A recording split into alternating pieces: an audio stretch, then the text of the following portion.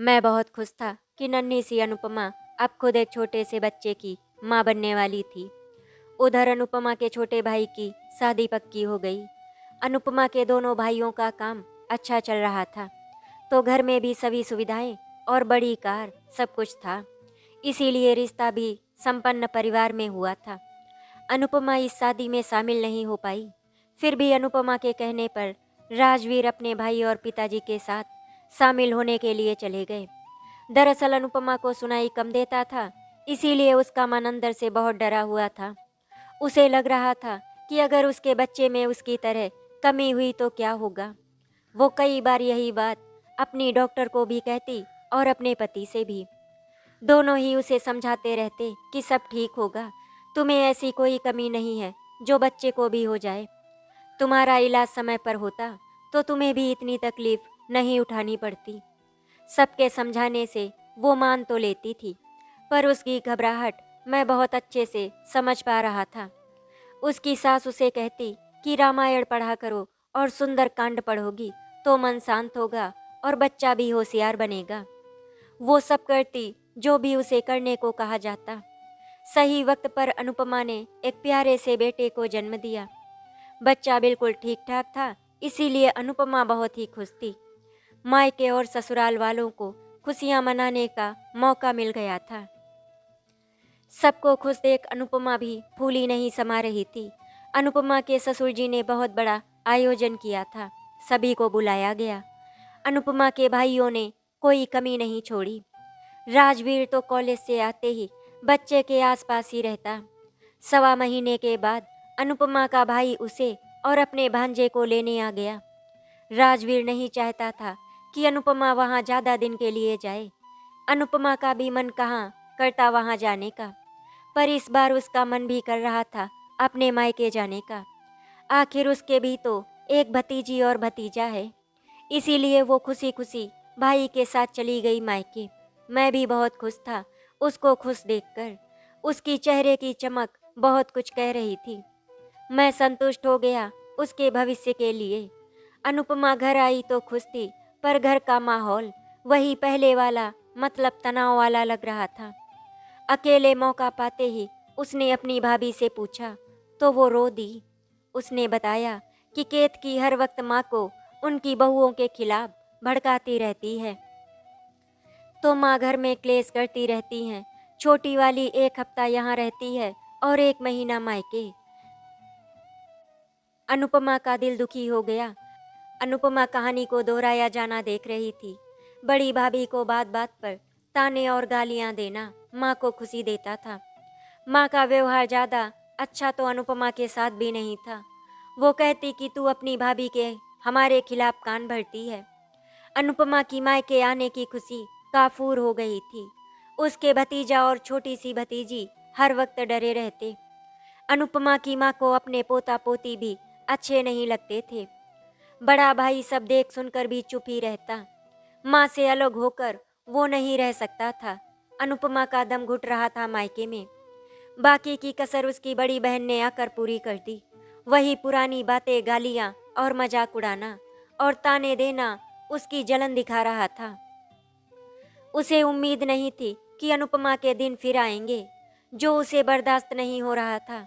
ये बात अनुपमा समझ गई थी और एक हफ्ते बाद ही उसने राजवीर को मैसेज करके कहा कि मुझे यहाँ से आकर ले जाओ, और वो 2 दिन बाद किसी को कुछ कहे और बताए बिना ही लेने आ गए। अनुपमा ने अपनी तैयारी कर रखी थी। अनुपमा अपने घर आ गई। घर आकर उसने चैन की सांस ली। राजवीर ने अपने पिताजी के साथ मिलकर सब भाई बहनों को अच्छे से पढ़ा लिखा कर सबकी शादी करवाकर अपनी जिम्मेदारी पूरी कर चुका था। पिताजी रिटायर हो गए तो वो उन्हें अपने पास ले आया। छोटे बच्चे नितिन को दादा दादी का खूब प्यार मिल रहा था। राजवीर चाहता था कि अनुपमा भी अपनी कमी को भूलकर किसी काम में लग जाए तो अच्छा है। अनुपमा का कंप्यूटर सीखने का मन था, तो उसने उसका एडमिशन एक कोचिंग सेंटर में करवा दिया। सबसे अच्छी बात थी कि वो अनुपमा की परेशानी को समझकर उसकी मदद कर रहे थे। अनुपमा ने एक बार फिर बाहर की दुनिया में कदम रखा था, लेकिन इस बार वो डरी हुई नहीं थी। अपनी कमी को कहने में संकोच नहीं हो रहा था। और ये सब राजवीर के प्यार की वजह से ही हो पाया था। अनुपमा को अपनी गृहस्थी को संभालते देख मुझे भी बहुत खुशी होती है।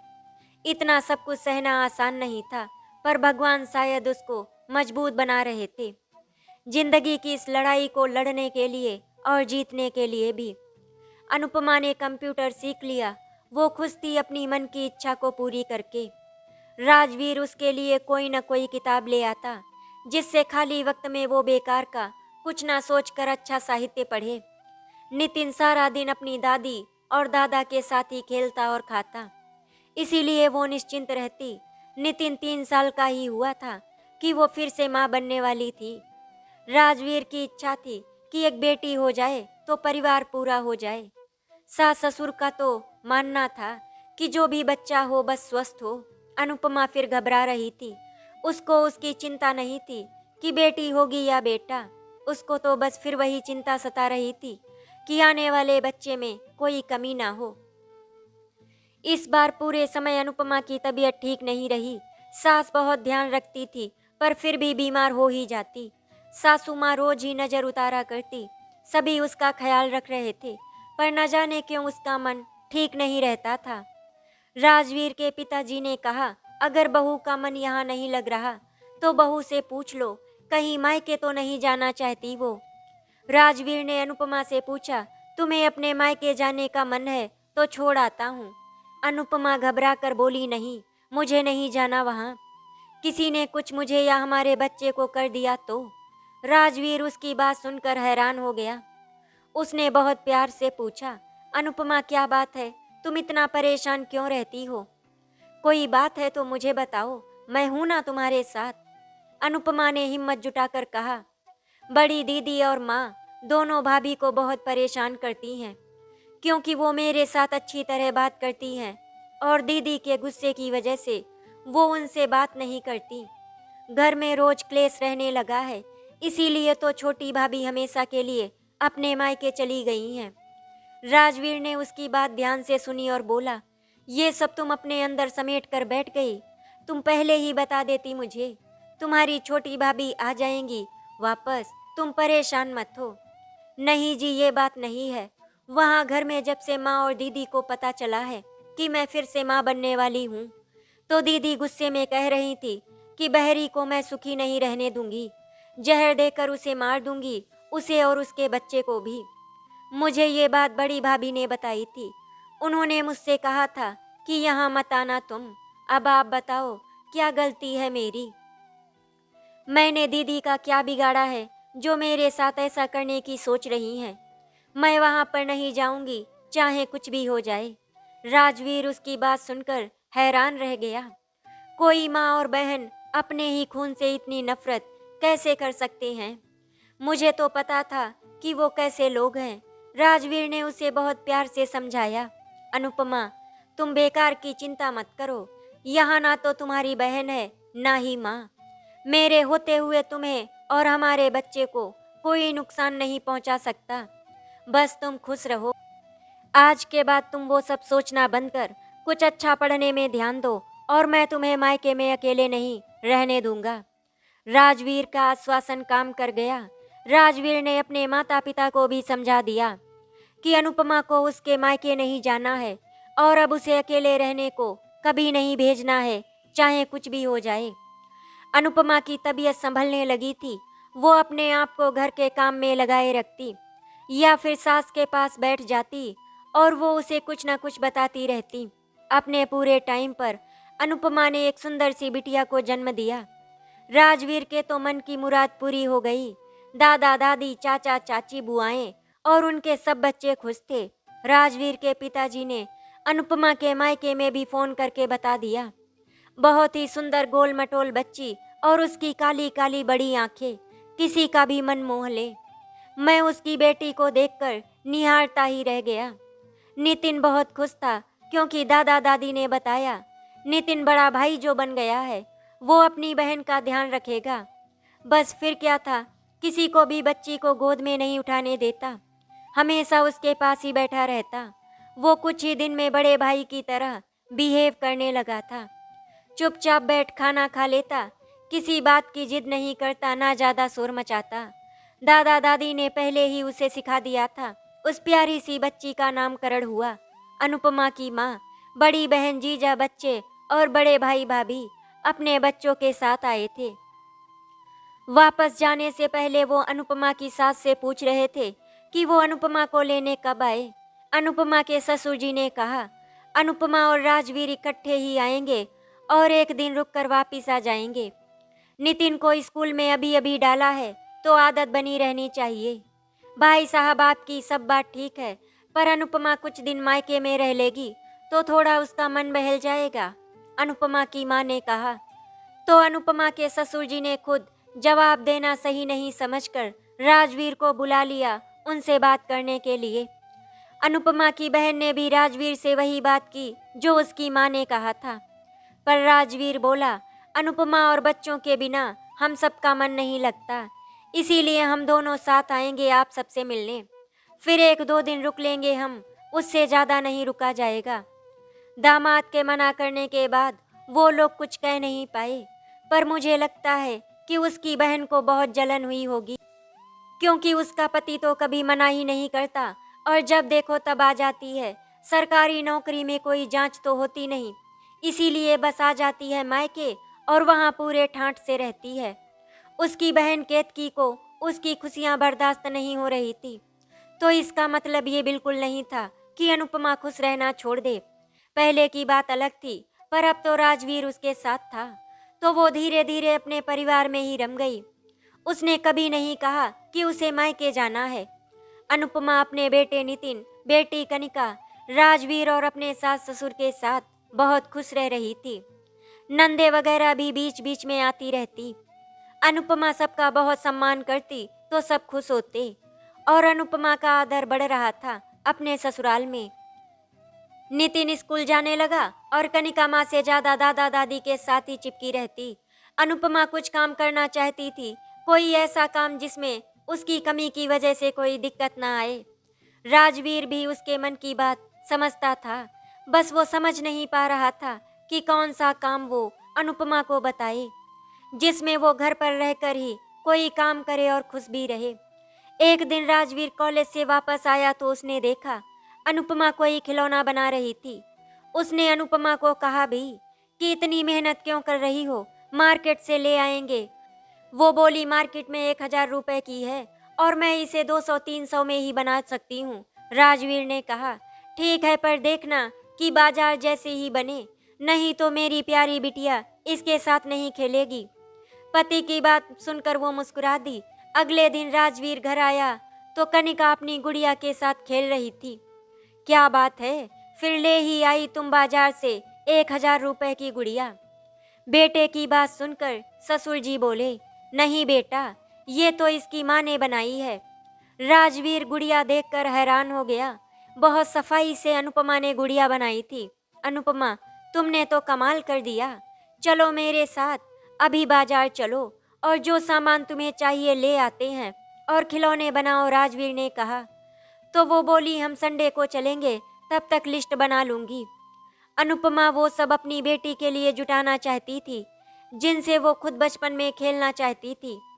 बच्चों और घर के कामों में जब भी थोड़ा बहुत वक्त मिलता तो कुछ न कुछ बनाने लगती। सास ससुर भी उसकी जितनी हो सकते मदद करते। आसपास के बच्चों वगैरह के जन्मदिन पर वो बहुत अच्छे अच्छे खिलौने बना कर देती। सब बच्चे बहुत खुश होते। धीरे धीरे घर और रिश्तेदारों के ही इतने ऑर्डर मिलने लगे कि वो हर वक्त काम में लगी रहती। वो भूल गई थी अपनी सारी तकलीफें, बस खिलौनों में खो गई थी। राजवीर ने उसे समझाया कि अब अगर सब तुमसे खिलौनों के पैसे पूछे तो तुम कम से कम अपनी मेहनत और सामान की कीमत तो लिया करो। वो कहती कि अच्छा नहीं लगता, पर ससुर जी ने भी समझाया, इस काम को आगे बढ़ाना है बेटा, तुम इतनी काबिल हो तो लोगों के सामने तुम्हारा टैलेंट भी आना चाहिए और तुम आत्मनिर्भर हो जाओगी तो हम सबको बहुत खुशी होगी। अनुपमा को बहुत जल्दी नहीं थी कुछ करने की, इसीलिए उसने तब तक थोड़ा बहुत किया। अब कनिका भी स्कूल जाने लगी।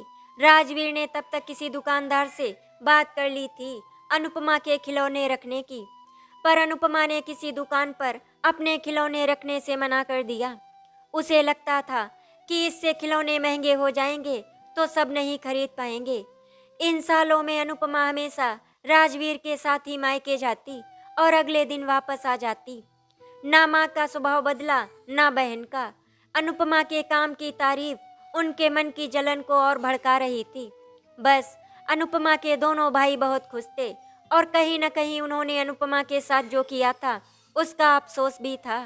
खैर, मैं तो बहुत खुश था अनुपमा की सुखी गृहस्थी देखकर। अनुपमा के मायके वालों को देखकर जितना मन दुखी होता था, अब उतनी ही ज़्यादा मुझे खुशी होती है उसे और उसके खूबसूरत परिवार को देखकर। मैंने तो अनुपमा के साथ उसका बचपन जिया है। पहले दुख से दिल भर आता था, अब उसे खुश देखकर मन भर आता है। अनुपमा का खुद में आत्मविश्वास बढ़ रहा था।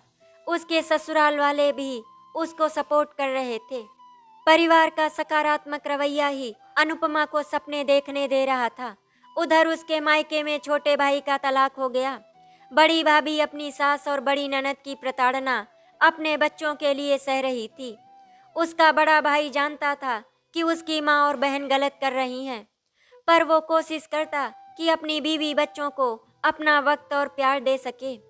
माँ तो उसकी इस उम्र में अपना स्वभाव नहीं बदल सकती थी, इसीलिए वो अपनी पत्नी को ही समझाता, तुम उनकी गलत बात का विरोध किया करो, मैं तुम्हारे साथ हूँ। पर माँ को इस उम्र में अकेला तो नहीं छोड़ सकता। ये भी एक कारण था उस घर की बड़ी बहू का, जैसे तैसे उस घर में टिके रहने का और चुप रहने का। अनुपमा और राजवीर का रिश्ता मजबूत हो रहा था। बच्चे और परिवार सब संभाल रही थी अनुपमा। हालांकि कई बार होता कि वो बच्चों की बात समझ नहीं पाती। ऐसे में सास या ससुर आसपास होते थे उसे समझाने के लिए। बच्चों की बात समझ ली जाती थी। वक्त अपनी चाल से बीत रहा था, बच्चे बड़े हो रहे थे। राजवीर ने सब काम करने के लिए काम वाली रखवा दी थी। वो चाहता था कि अनुपमा अपने हुनर को बेकार न जाने दे। अभी तक तो जान पहचान वाले ही अनुपमा से खिलौने बनवा रहे थे, पर धीरे धीरे राजवीर अपने खाली टाइम में उसका काम कैसे बढ़ाया जाए उसके बारे में सोचता और लोगों से बात भी करता रहता। वो कहते हैं ना, जब आपकी कोशिश सच्ची होती है तो सफलता जरूर मिलती है। वैसा ऐसा ही राजवीर के साथ हुआ। राजवीर की अपने स्टूडेंट और कलीग्स में अच्छी इमेज है। वो अपने स्टूडेंट की पढ़ाई के साथ साथ कई बार पर्सनली हेल्प भी करने से पीछे नहीं हटता। ऐसे ही एक दिन क्लास के बाद उसकी एक पढ़ाई में होशियार स्टूडेंट दीप्ति कोई पार्ट टाइम जॉब लगवाने की बात करती है। उसके पिताजी नहीं हैं तो माँ ही प्राइवेट जॉब करके घर चला रही थी। अब वो काफ़ी वक्त से बीमार है तो उनकी जॉब छूट गई थी। घर में उसका एक छोटा भाई है जो 10वीं में पढ़ता है। राजवीर उसको कहता है कि वो देखता है कि क्या कर सकता है, साथ ही उसे कुछ पैसे भी दे देता है और बोलता है, तुम पर एहसान नहीं कर रहा, जब नौकरी करने लगोगी तो दे देना। दीप्ति अपने प्रोफेसर की बात सुनकर चुपचाप पैसे रख लेती है और थैंक यू बोलकर चली जाती है। राजवीर घर आकर सबसे बात करता है तो उसके पिताजी सुझाव देते हैं कि क्यों ना अनुपमा के खिलौनों की दुकान बना ली जाए और तुम्हारी स्टूडेंट को जॉब पर रख लेते हैं। कुछ देर मैं देख लूँगा, फिर वो देख लेगी। इससे उसको काम मिल जाएगा और अनुपमा के काम को पहचान मिल जाएगी। पापा, आपका सुझाव तो अच्छा है, पर आप इस उम्र में इतनी मेहनत करें ठीक नहीं। हम किसी और को रख लेंगे पूरे टाइम के लिए। राजवीर ने कहा तो वो बोले, नहीं बेटा, कोई तकलीफ नहीं होगी मुझे। वैसे भी बोर होता रहता हूँ, बच्चे स्कूल चले जाते हैं, फिर अगर दिक्कत होगी तो मैं बता दूंगा। ठीक है पापा, पर दुकान में रखने के लिए ज़्यादा खिलौने चाहिए होंगे, तो पहले उसकी तैयारी करनी होगी और दुकान भी तो देखनी पड़ेगी। हाँ बेटा, ये सब तो करना पड़ेगा। मैं दुकान का पता करता हूँ और अनुपमा अपना काम शुरू कर दे, तभी काम आगे बढ़ेगा। अनुपमा के ससुर जी ने कहा तो राजवीर मुस्कुरा दिया। हाँ पापा, सब हो जाएगा। सब सामान ले आते हैं, अनुपमा को और लोगों की मदद लेने की ज़रूरत पड़ेगी। खिलौने तैयार करने के लिए तो पहले वो काम भी करना है। अनुपमा अपने पति और ससुर जी की बातें सुनकर बहुत खुश हो रही थी। भगवान ने उसके सब दुखों का अंत करके इतना अच्छा ससुराल जो दिया है। अगले दिन राजवीर ने दीप्ति को काम के बारे में बताया तो वो खुशी खुशी तैयार हो गई। उसकी माँ बीमारी के बाद से डिप्रेशन में चली गई हैं, जिससे वो कोई काम नहीं कर पाती और लेटी रहती हैं। जब दीप्ति ने उसे बताया तो राजवीर ने उसे छुट्टी के दिन अपनी माँ के साथ अपने घर पर आने को कहा और अपना एड्रेस दे दिया। राजवीर और उसके पापा की कोशिशें रंग जरूर लाएंगी, इसका मुझे पूरा यकीन था। अनुपमा को बच्चों की चिंता सास के होते हुए बिल्कुल नहीं थी। अनुपमा उनको शाम को पढ़ाती और उनका होमवर्क कराती। अगर अनुपमा बिजी होती तो बच्चों के दादाजी उन्हें पढ़ाने बैठ जाते। कुल मिलाकर आपसी सहयोग से सब काम आराम से हो जाते थे। दीप्ति अपनी माँ को बहुत मुश्किल से राजी कर पाई थी राजवीर के घर आने के लिए। राजवीर ने सबसे दीप्ति और उसकी मम्मी का परिचय कराया। अनुपमा सबके लिए चाय नाश्ता बनाने चली गई और राजवीर उन्हें अनुपमा के बनाए खिलौने दिखा रहा था। राजवीर के परिवार से मिलकर थोड़ी सहज हो गई थी दीप्ति की माँ, और जब उसके पापा ने अनुपमा के बारे में बताया तो वो अविश्वास से अनुपमा को मुस्कुराते हुए और सबको चाय नाश्ता सर्व करते हुए देखने लगी। राजवीर ने दीप्ति की माँ को कहा कि अगर वो भी कुछ काम करना चाहती हैं तो अनुपमा से सीख लें और उसकी मदद कर दें। बदले में उन्हें सैलरी भी मिलेगी और नया हुनर भी सीख जाएंगी। दीप्ति और उसकी माँ बहुत खुश हुए थे राजवीर सर का सुझाव सुनकर। दीप्ति की माँ राधिका की आंखों में चमक आ गई थी। शायद बीमारी ने उसका अपने ऊपर विश्वास भी खत्म कर डाला था, तभी तो उसे कोई काम मिल सकता है, यही सोचकर ही वो खुश दिखी। मुझे कब से आना है सर? राधिका ने पूछा तो राजवीर के पापा ने मुस्कुराकर कहा, बेशक कल से आ जाइए। वो लोग चले गए और जाते हुए राधिका बोलकर गई कि वो अगले दिन सुबह से 10 बजे तक पहुंच जाएगी। दोनों माँ बेटी राजवीर को धन्यवाद बोलकर आभार प्रकट कर रही थी। राजवीर भी खुश था कि अनुपमा के आसपास अच्छे लोग रहें, तभी वो खुद को सुरक्षित महसूस करेगी। अगर सब आदमी राजवीर की तरह सोचने लग जाएं, तो कोई किसी माँ, बहन, पत्नी या बेटी अपने आप को उपेक्षित नहीं समझेगी। ऐसा सोचना तो लगता है कल्पना में ही संभव है। सच तो बहुत कड़वा सा है, पर औरत ही औरत की सबसे बड़ी दुश्मन है, तो आदमियों को ही सिर्फ दोष देना ठीक नहीं। अगले दिन राधिका अपने टाइम पर पहुंच गई। अनुपमा ने उसका खुले दिल से स्वागत किया और उसे अपने साथ लेकर काम करने बैठ गई। कुछ दिनों की भाग दौड़ करके एक छोटी सी दुकान भी आखिर मिल ही गई। बाजार के शुरू में ही राजवीर और उसके पापा ने दुकान फाइनल करके एडवांस दे दिया। सबसे अच्छी बात यह थी कि उसमें कोई और काम करने की जरूरत नहीं थी। रैक्स, शोकेस सब कुछ बना हुआ था, बस एक छोटे से टेबल और कुर्सी की जरूरत थी। दुकान में पेंट वगैरह दुकान मालिक ने करवा दिया। उधर अनुपमा के पास राधिका के साथ साथ 2-3 औरतों ने भी खिलौने बनाना सीखने में रुचि दिखाई, तो अनुपमा ने हाँ कर दी। सीखते सिखाते अनुपमा का काम भी हो रहा था। वो किसी को अपना सामान लाने को नहीं कहती, सब कुछ खुद देती थी, जिससे उनका बिना पैसा खर्च किए सीखना भी हो गया और दुकान के लिए खिलौने भी बन गए। अब बारी थी दुकान का नाम सोचने की और उसमें बाजी मारी बच्चों की दादी ने। उन्होंने कहा कि दुकान का नाम खेल खिलौने होना चाहिए, तो बस अनुपमा ने भी कह दिया कि नाम वही रखा जाएगा। एक अच्छा सा दिन देखकर हवन करवाकर दुकान का शुभ मुहूर्त हो गया। अनुपमा के ससुराल वालों ने सबको बुलाया था।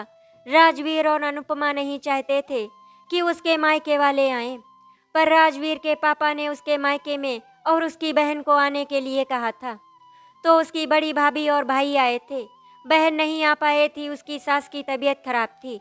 अनुपमा मन ही मन बहुत खुश थी। माँ और बहन के ना आने से सब कुछ बहुत अच्छे से निपट गया। पहले दिन ठीक रिस्पांस मिला था उसकी दुकान को। राजवीर खुश था क्योंकि अनुपमा खुश थी अपने सपने को साकार होते देखकर। अनुपमा ने एक कदम रख दिया था बिजनेस की दुनिया में। सबके साथ मैं भी बहुत खुश था। अनुपमा ने खिलौनों की कीमत वाजिब रखी थी। फिर उसने एक बोर्ड बनवाया कि ऑर्डर पर स्पेशल खिलौने भी बनाए जाते हैं, बस 1 हफ्ता पहले ऑर्डर देना होगा। जिन औरतों को उसने सिखाया उन्हें अनुपमा ने काम भी दिया। शुरू में सब अपने अपने घर ले जाती और बना कर लाती, फिर धीरे धीरे एक जगह किराए पर ले ली। वहीं मशीनें और सामान रख दिया गया और लोग वहीं काम करने लगे। अनुपमा के पास दिमाग की कमी नहीं थी, उसने ऑनलाइन भी अपने खिलौने बेचने शुरू कर दिए। राजवीर ने नितिन और कनिका को हॉस्टल में डाल दिया क्योंकि वो चाहता था कि बच्चे अनुशासन में रहना सीखे और बेहतर भविष्य बना सके। इसी बीच एक एक करके अनुपमा के सास ससुर का देहांत हो गया। 1 साल में ही दोनों लोग चले गए और अनुपमा अकेली हो गई। ऐसे में दीप्ति की माँ राधिका ने उसे संभाला। दीप्ति ने बहुत अच्छे से काम संभाल लिया था। उसने आगे की पढ़ाई भी चालू रखी और दुकान संभालना भी, पर राजवीर चाहता था कि वो अपनी पढ़ाई पर ध्यान दे। इसीलिए उसने राधिका को काम संभालने के लिए कहा। राधिका पढ़ी लिखी औरत थी, सब कुछ मैनेज करना उसने जल्दी ही सीख लिया। अनुपमा के साथ काम करते हुए वो इतना तो समझ ही गई है कि कोई कमी इतनी बड़ी नहीं कि इंसान उससे जीत ना पाए। बस कमी हमारी सोच में नहीं होनी चाहिए। अनुपमा का अपने मायके से रिश्ता बरकरार है, ना माँ बदली और ना ही बहन, पर उसे और उसके बच्चों को प्यार करने वाले मामा मामी तो हैं, जिनकी वजह से वो रिश्ता रखे हुए है। राधिका और अनुपमा अपना बिजनेस आज भी खूब अच्छे से चला रहे हैं। राजवीर कॉलेज और बिजनेस दोनों देख लेता है, पर काफ़ी काम अनुपमा ने भी संभाल लिया। बच्चे स्कूल से निकलकर कॉलेज में आ गए हैं। नितिन डॉक्टर बनेगा, वो भी ईएनटी का। वो चाहता है कि उसकी माँ की तरह किसी और को दुख ना सहना पड़े। कनिका पापा की परी है, वो अपने पापा की तरह टीचर या लेक्चरर बनना चाहती है। माँ बाप ही तो बच्चों के भविष्य की नींव होते हैं। कनिका किसी और अनुपमा को बहरी नहीं बनना देख सकती। वो कई संस्थाओं से जुड़ी है जो शारीरिक कमियों की वजह से उपेक्षित बच्चों को सहारा देती हैं और आत्मनिर्भर बनने में उनकी मदद करती हैं। मैं तो अपनी जगह हूँ, मायके में उसके आंगन के बाहर, और यहाँ आज भी अनुपमा ने जिस कपड़े में मुझे बांधा था उसी में हूँ। वो मुझे छूकर शायद अपने बचपन को याद करती है या मुझसे जुड़ी यादों को। अनुपमा और राजवीर अपनी जिंदगी के हर पल को जी रहे हैं। मैं बहुत खुश हूँ। बहरी से अनुपमा तक का सफ़र बहुत मुश्किल था, पर जो मुश्किलों से लड़ जाता है जीत उसी की होती है। मैं एक अदना सा नींबू का पेड़, अगर आप लोगों की भावनाओं, खुशी या दुख महसूस कर सकता हूँ तो आप लोग तो इंसान हैं ही। तो अपने आसपास नज़र उठाकर देखिए तो पाएंगे कोई न कोई बहरी अपनी कमियों से ज़्यादा लोगों की गालियों तानों से लड़ती नजर आ जाएगी। मैं तो बोल नहीं सकता था, इसीलिए उसे तसल्ली नहीं दे पाया और ना ही लड़ सका उसके अपने लोगों से उसे बचाने के लिए।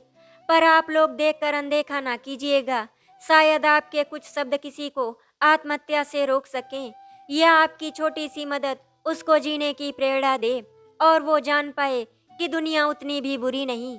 आशा करती हूँ आपको हमारी कहानी अच्छी लगी होगी। अगर आपको हमारी कहानी अच्छी लगी तो वीडियो को लाइक एंड शेयर करें, चैनल को सब्सक्राइब करें। वीडियो देखने के लिए आपका धन्यवाद।